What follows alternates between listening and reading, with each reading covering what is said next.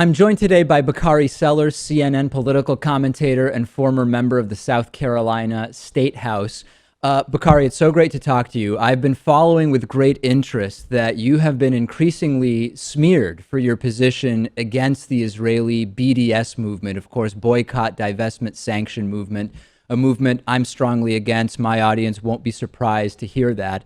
And what was particularly disturbing to me, and I want to give you a chance to address it, is that one website, it's a website I don't really mention because I think it's by and large a propaganda website called Mondoweiss, was actually appearing to smear you on the basis of the Hillary Clinton campaign bringing you in to talk about BDS specifically because you're black.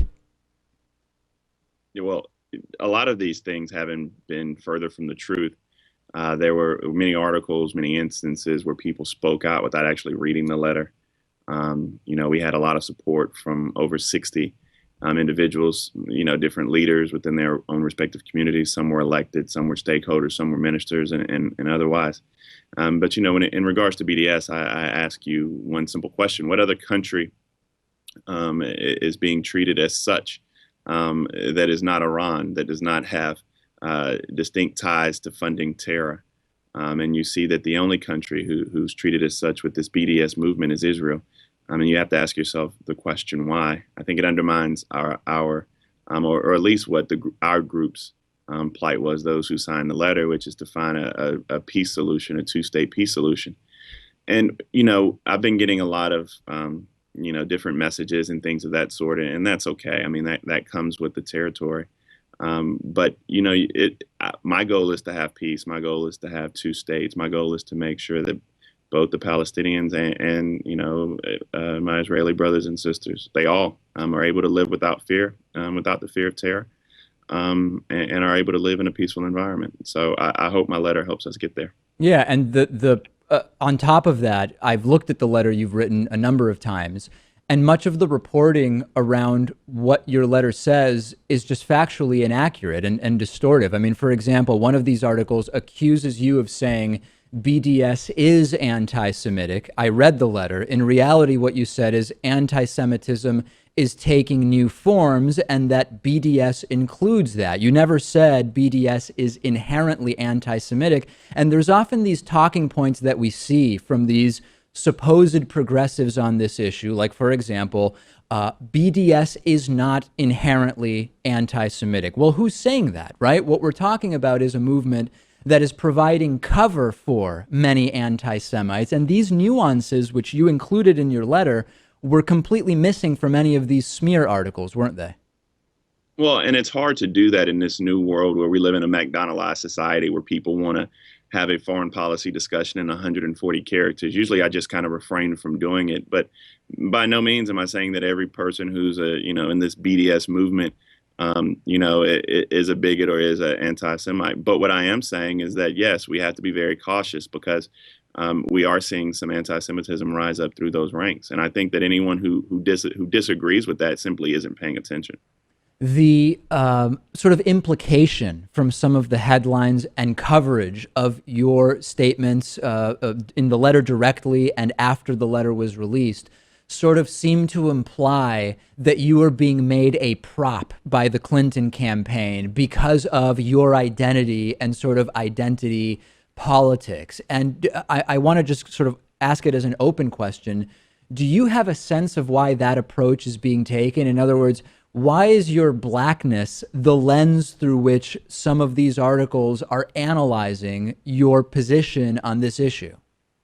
Well, I think it was because of the fact that the leaders or the persons who were having this discussion, albeit not directly, you had Cornel West on one side and you had myself who by no means was attempting to undermine Cornel West, but there is a different narrative. And I thought it was fair to put a different narrative out there. I mean, you can take it for what it is. In fact, I didn't mention Dr. West one time in my letter. And I think that, what you realize is that people try to make it out to be what it is. But what people don't know is that at no point did the Hillary Clinton campaign ask me to do this. At no point did anyone ask me to do this. I actually was speaking at a dinner in New York. And one of the major concerns that people were having about the Democratic Party was where we would fall on this issue. And so I came up with this idea myself. And so, you can't get bogged down in all of this discussion. I want to have a healthy discussion, and that's why I'm here today with you. When you try to have conversations, you mentioned you want a two-state solution. I believe that a two-state solution, practically speaking, is the one way forward. Whenever BDS is brought up, you will hear sometimes the defenders of BDS use this line that BDS does not take a political position on one state versus two-state solution. Can you talk a little bit about why that is yet another one of these sort of distortions? Because when you look, the language of BDS has been one that will, in practice, eliminate Israel as a Jewish state. So I find that's yet another way in which this discussion is often distorted, particularly among so-called progressives within the Democratic Party in some ways. Well, I mean, then you have a whole nother discussion about, Israel's right to exist and where they can exist. And we can get into the discussion about settlements and where they should be and whether or not they should be continued to be developed or pulled back. But I do remember, and you also hear the argument that BDS is in response to, settlements being placed in the West Bank. And what you have to remember is that, this BDS movement started some 10 odd years ago when we were in the process. They were in the process of removing all those settlements. So there are a lot of inconsistencies in that argument. And I firmly believe, as you stated, I think that all of us who are focused on a two-state solution, if we start from there, then I think we find more common ground than we differ. I'd love to hear a little bit more from you. I've outlined sort of my big picture position on the Israeli-Palestinian conflict a bunch of times. And while I find it to be a nuanced position, I end up getting critiqued as both a pro-Israeli shill and a pro-Hamas extreme lefty. And you mentioned one of the two issues I want to ask you about. I'm against settlements to the extent that they can be stopped and stopped immediately. I'm in favor of that, although I believe ultimately there are some settlements that at this point are practically too large to be dismantled, and they'll probably have to be worked into some meaningful land swaps if there is to be a two-state solution eventually. What's your sense of the settlement situation as of right now? Well, I think that when you just talked about land swaps, I think that you have to go back in history, and we all know that Israel's actually given and ceded, and I guess if you want to say swapped land with two Arab countries before, it's actually already done that. But I am not one who would sit here and say I'm adamantly opposed to receding the settlements or stopping the construction of settlements, because I want to get to the goal of peace. I don't want to have, rockets that are being I don't want to have rockets that are being rained down in Israel. I don't want Palestinians to feel as if they're living under any persecution. But the answer to that is not terror. And I think that we're at an impasse right now, so we have to do something to begin that level of discussion. And I can sit here and honestly tell you, I don't have the audacity to believe that I have the answers to fix a problem that has been going on for, a very, very long period of time. But I do believe that we had a moment in time when we could have had peace. Bill Clinton was the president of the United States, where we could have had these issues resolved, and that did not go over well. And I'm hopeful that somebody will pick up the mantle and at least get back to where Bill Clinton at least begin that discussion.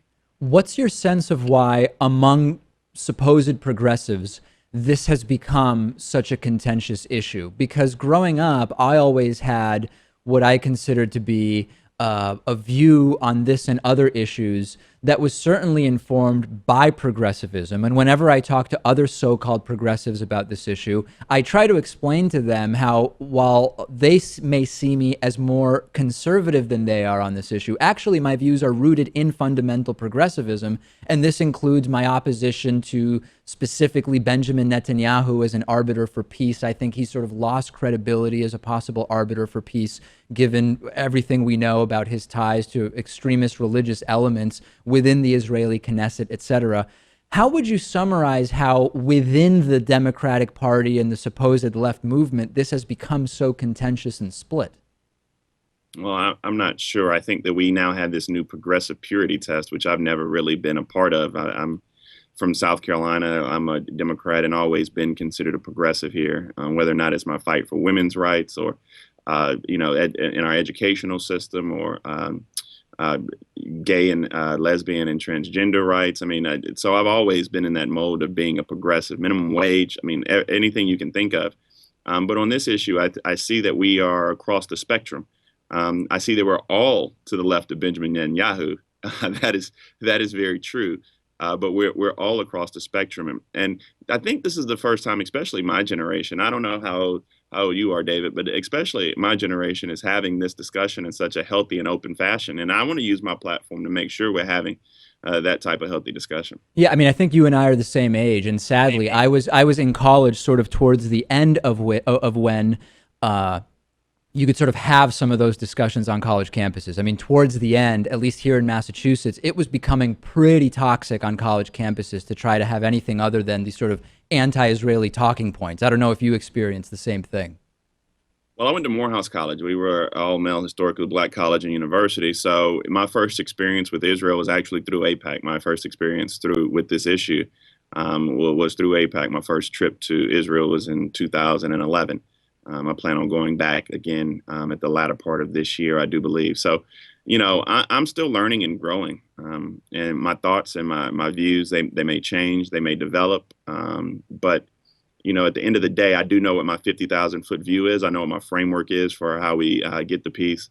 I just think we need more people to buy in. I mean, it's been a lot of pro this or anti that, and people get back rustled in their corners. But we need real leadership on this issue, or else there's going to be more terror and more people are going to die.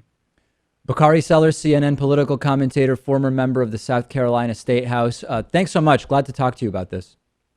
Thank you. I look forward to talking to you about other things as well down the road.